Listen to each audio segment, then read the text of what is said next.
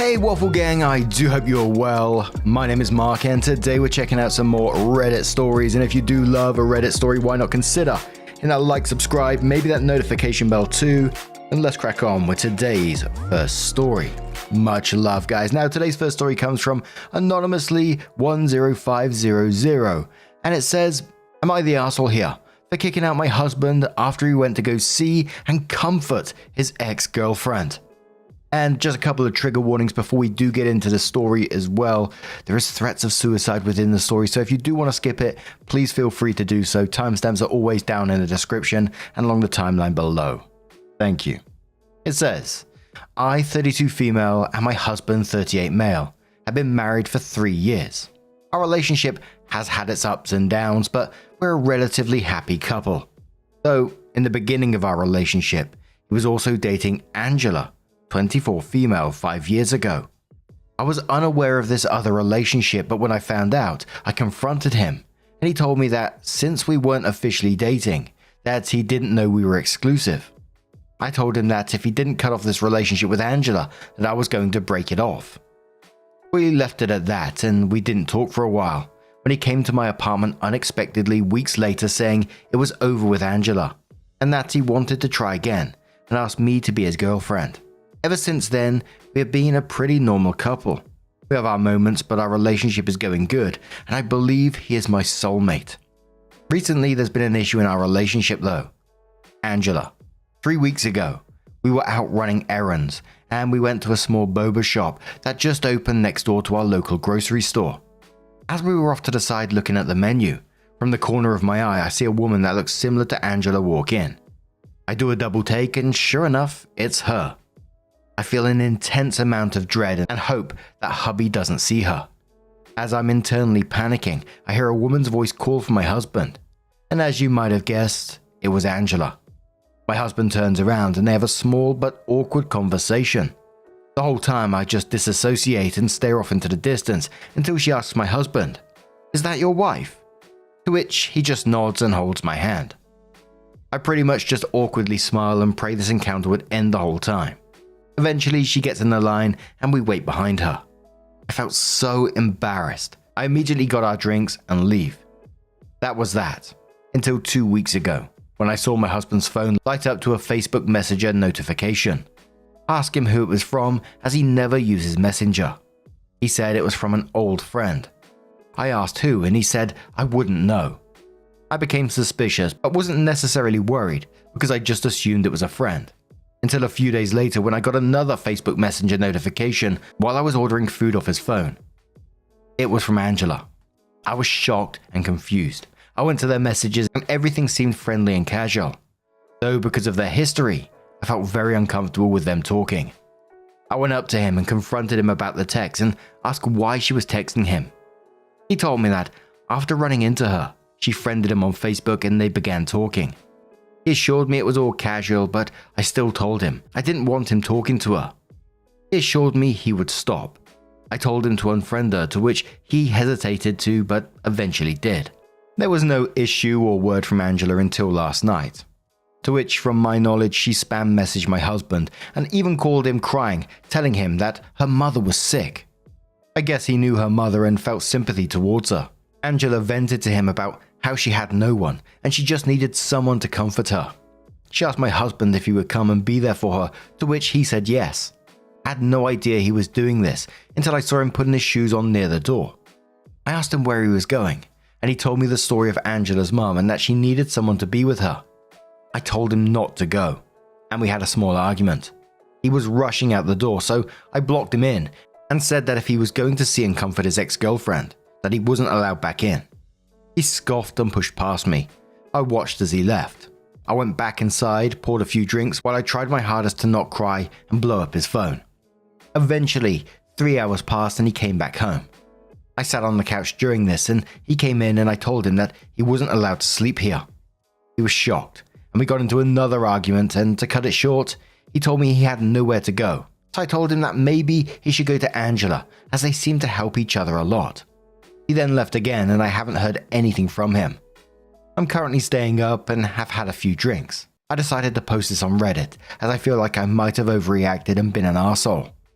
I just need advice on how to handle this whole situation, as I'm barely able to process what to do. I'm sorry if this was long. I needed to vent. Edit. Hi everyone. Goodness, so many of you. Thank you everyone for commenting and your support. I'm going to respond to some comments right now. Small update. I eventually went to sleep and sent a text that I was sick and wasn't coming into work today. It's currently 2 p.m. where I live and I've been napping and kind of out of it. I haven't heard from him at all and he hasn't come back home. I'm kind of worried as I don't know where he's at. His location has been off since yesterday. I might send him a text later to make sure he's okay. I don't know if this is a good idea as I'm not in the best mindset right now and have been in zombie mode. As of now, I'm trying to process what even happened as it went by so fast. I'll keep you all updated if anything happens. Thank you all again.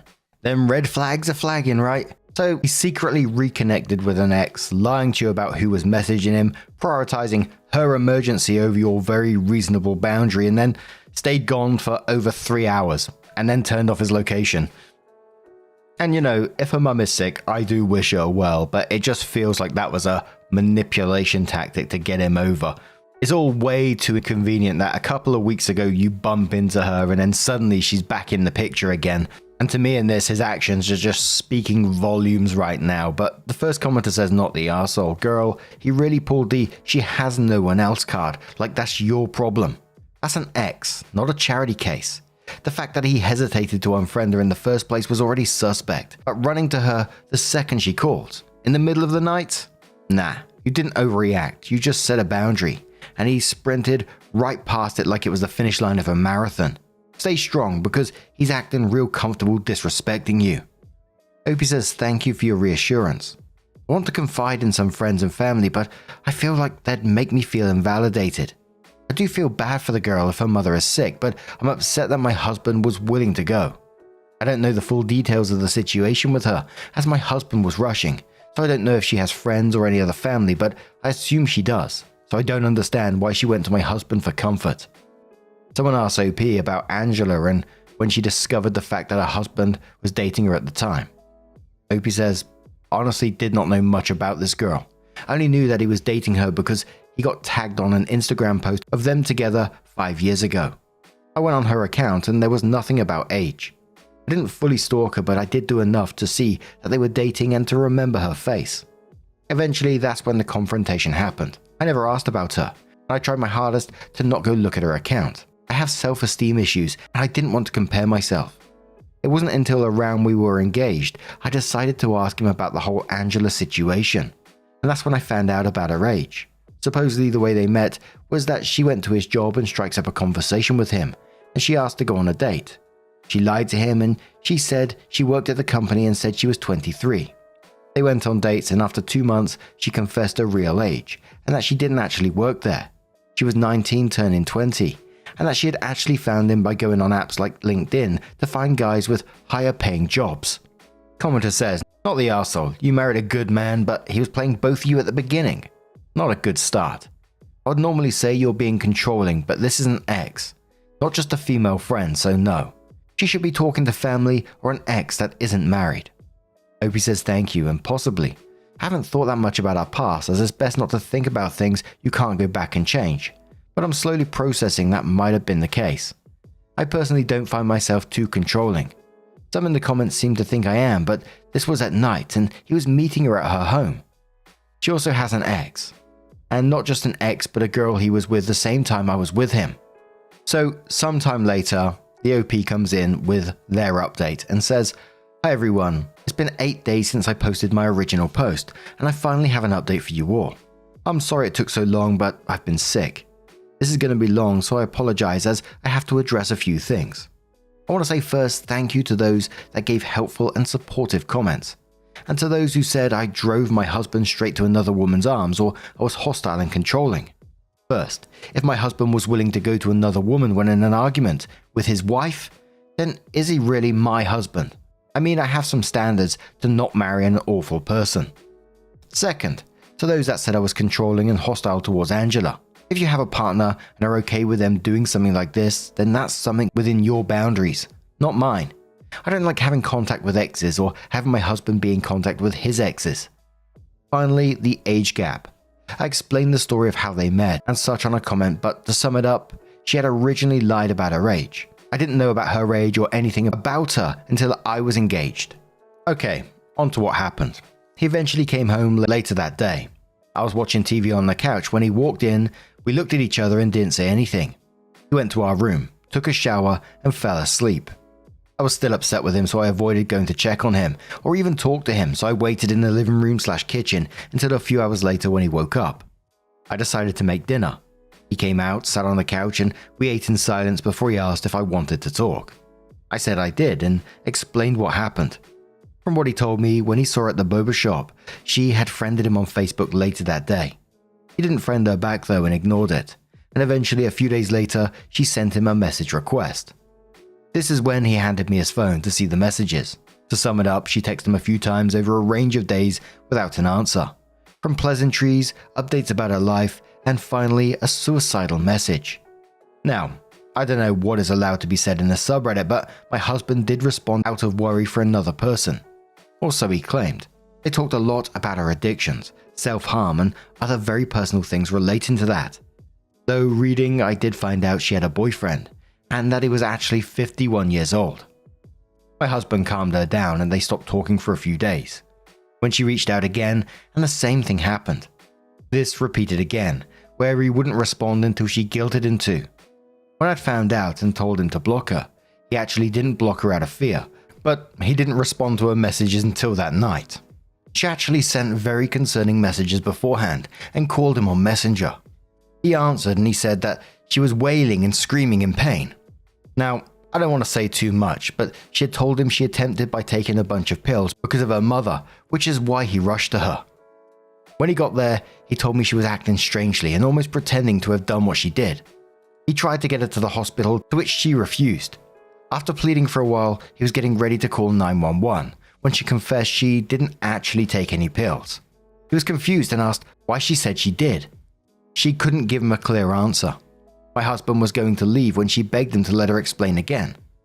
She said her mum is the only person who cares about her and that she needed somebody with her after she found out she was sick and that she had no one but my husband, and my husband wouldn't come otherwise if it wasn't urgent. My husband wasn't buying it, so he asked if her mum was even sick, to which she denied it but seemed to be lying. My husband then left. He told me he just stayed in his car for a while before coming back home, and that's when the confrontation happened. He said he was very tired and felt horrible, so he wasn't in the right headspace to explain right then and there. He also told me he didn't go back to Angela's but instead just stayed in his car, got food and pretty much wandered town until he got home later that day. After this, I felt very overwhelmed. I usually like to take time to myself to process things before making a decision or response, so I told him I needed time. I didn't interact with him until the next morning and told him I needed more time before talking to him again and was going to stay with my parents for a few days. And now we're here. A few days actually turned into a week because as soon as I got here, I got sick, so I haven't felt good enough to even drive back home, much less process or think much. I secretly don't even know how or what to do. Like, how do we go back to normal? I still feel betrayed, and even though he didn't cheat, I don't trust him, and I don't even know if he's telling the truth. I mean, divorce is extreme for something so minor, but I don't know. I have to go back home tomorrow as I feel a bit better, and I can't hide out here forever, and I have responsibilities, even though it's been nice to escape, and being with my family has been great. I haven't talked much to my husband except through text, so tomorrow will be our first face-to-face conversation in a week. So that's the update. What actually reminded me to do this update was I got a random message request on Instagram a few hours ago from a burner account. It's a picture, and I'm kinda scared to open it. I know it's probably a scam thing, but something in my gut is telling me it's connected to Angela, and I don't know if I should open it. Update, so I opened the picture.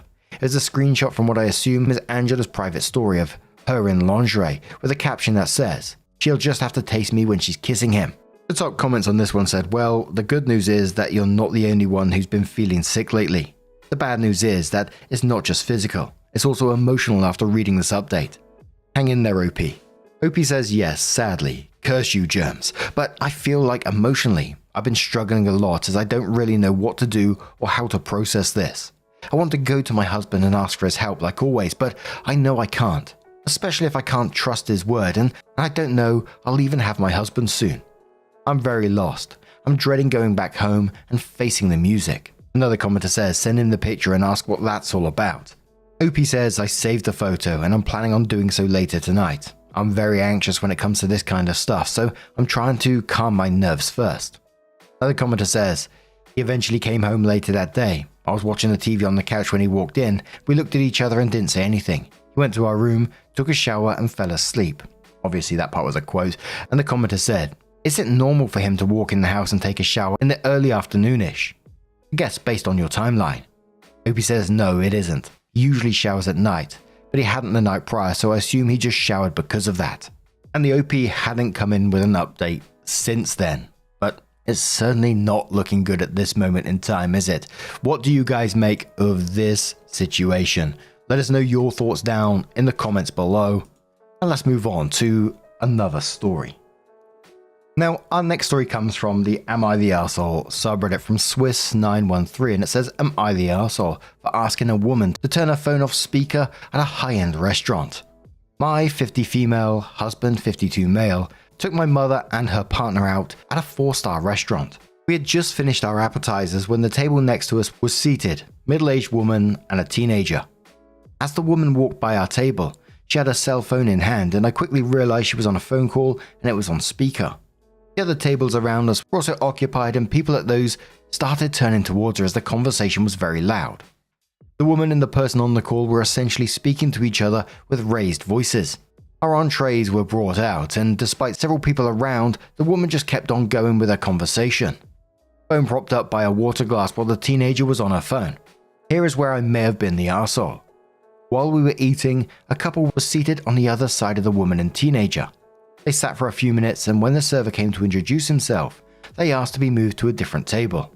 They clearly said it was because of this woman having a phone conversation. We finished our entrees and were waiting to order dessert. The teen had gotten up from the table. I leaned over and said, excuse me, would you mind taking the phone off speaker? It's very disruptive to those around you. Several tables have been staring at you, hoping you would do so. She responded back that, if she were sitting here in the restaurant, you'll be able to hear the conversation. To which I replied, I would certainly hope that you would not be speaking in raised voices if you were sitting 2 feet from each other at the table. She said, I'm turning it down. I said thank you because it is very disruptive. At this point she says, listen, I'm a grown-ass woman. This is over. I said nothing. We had our dessert and left, and as we were leaving, she said loudly to the person on the phone, okay, they are gone. I'm turning this up so I can hear you. Am I the arsehole for asking her to take her phone off speakerphone? Commenter says, I can't remember who suggested it. It might have been Miss Manners, but the letter writer had written about the same issue on the train. To get their point across, they leaned over to the person and said, loud enough to be heard on both ends of the conversation, come back to bed, darling. I'm getting cold. While a fun idea, seriously, let management deal with it. Starks Dawson says, ugh, I despise people who use speakerphone in public. We get it. They think they're more important than everyone. I remember I was on a bus one time and some lady was using speakerphone for like an hour.